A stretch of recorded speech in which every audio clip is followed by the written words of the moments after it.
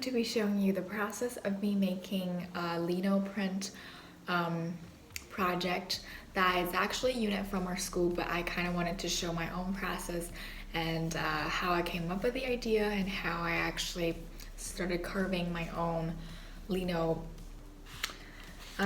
So first of all, the unit is called Surrealism, and for those of you guys who doesn't know what it is a art movement right after World War I, started by 𝗹𝗵𝗃𝗃.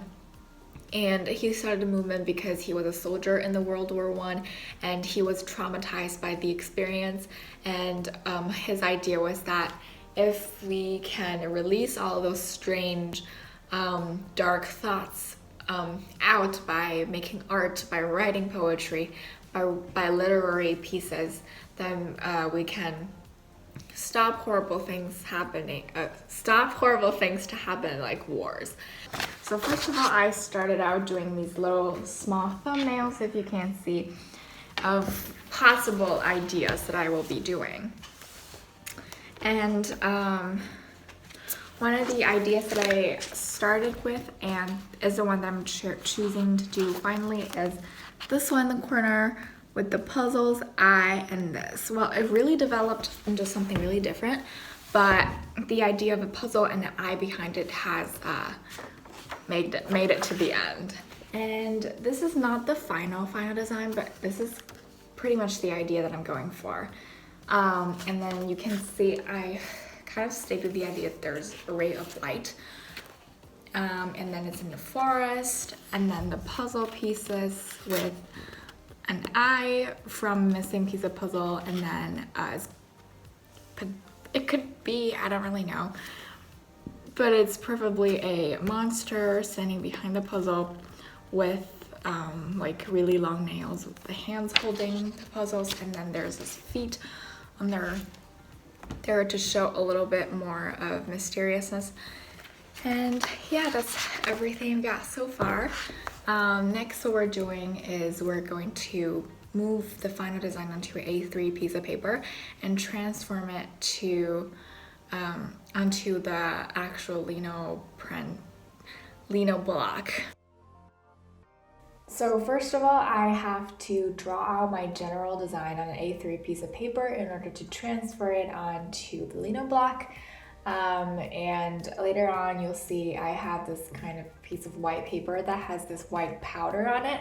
So when you flip the design that I'm doing now and trace against the back of this design, and with this piece of white paper underneath, you'll be able to see the transfer, which are the white lines on Lino block. This way you can have a much more accurate and sophisticated design, just like your original idea.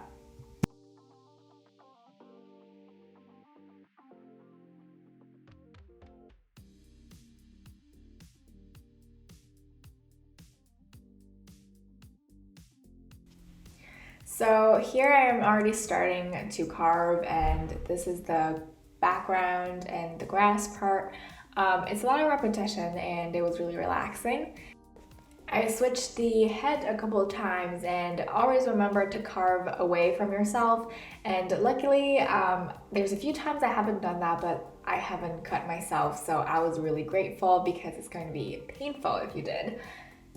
Here are the tools that I've used. So I have one handle and 4 different heads for carving.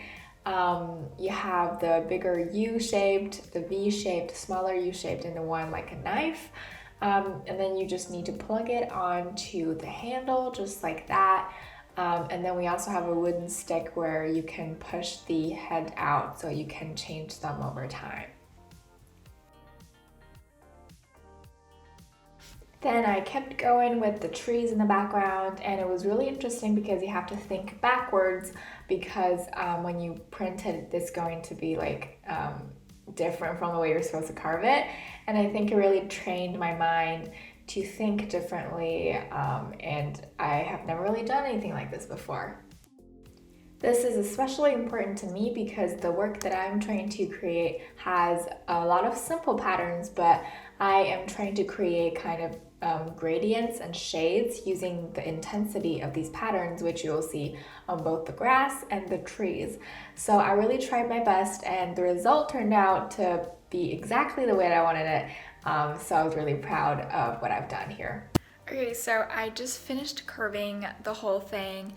I didn't do any time lapse because it was annoying to set up and everything, so I just carved it, and now I'll be showing you a close-up of what the details look like. Okay, so the lighting is pretty great, and I'm putting it on the ground, and I am loving how it looks, although I can't really imagine what it will look like after it's printed. What I've just done just now is like all the central and important parts, which was kind of intense because you didn't want to mess anything up. But it's basically these patterns on the puzzles and these feet and the eye, which I did last because it's like this holy moment. And there's also the textures on the trees and the floor and the grass, and yeah. Oh wait, actually, I think I should be doing a little bit of texture on the leg here. Be right back. So I just went back and did these tiny little marks on here to show that this creature has hair on his legs and just like a little bit contrast the solidness next to it. And this is it. Let me show you a full glance at it again. I mean, I think it looks pretty cool. Here is editing Shein, and I've realized until here I don't have any further footage on keep doing in this project, because then it's basically the printing process which we're doing in school, and I'm not comfortable filming in school. So I basically just have kind of a little pictures of the process and then basically the final product. And I thought I'd film a little transition video here rather than just jumping into the final result. I also did a lot of experimentations with the colors, and turns out like kind of a dark turquoise green looked really good with this print. And I'm super excited to show you the look after it's printed, because it's hard to imagine what it's like with just a negative space on the Lino block. Yeah, I will stop talking and leave you to see the final result. I am super happy with it. So here are the tools we've used to print. We have this glass sheet and roller to spread out the ink. And these two colors are the ones that I've used to mix the green that I like the most. Here is when the ink is applied to my Lino block, and the first two try were kind of a fail because I didn't have enough ink and it didn't press it for hard enough. But the second one is already looking so much better, and the second and third print were like both pretty even, but it was also hard to like not get ink on the edge, because when you frame it, you don't want any extra ink on the other parts of the white paper. Then I started to experiment with more colors. I was really attracted to this red, and I put this on this piece of green paper, which also looked cool, but it doesn't really look good on a camera for some reason.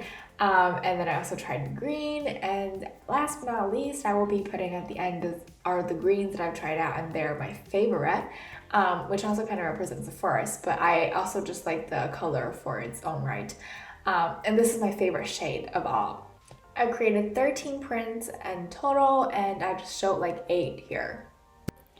Here is me again. I hope you really liked what I've just showed you, and I hope you enjoyed seeing me creating this project. Yeah, that's it for this video. Thank you for being here. I will see you next time. Bye!